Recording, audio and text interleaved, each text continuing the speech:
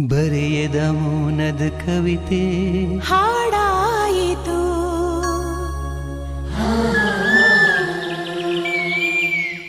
ಎದೆಯಲಿ ನೆನಪಿನ ನೋವು ಸುಖ ತಂದಿತು.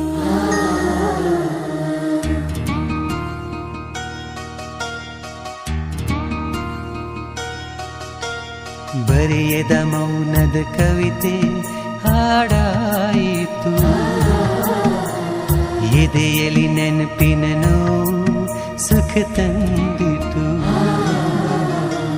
ಹೃದಯದಿ ಪ್ರೇಮ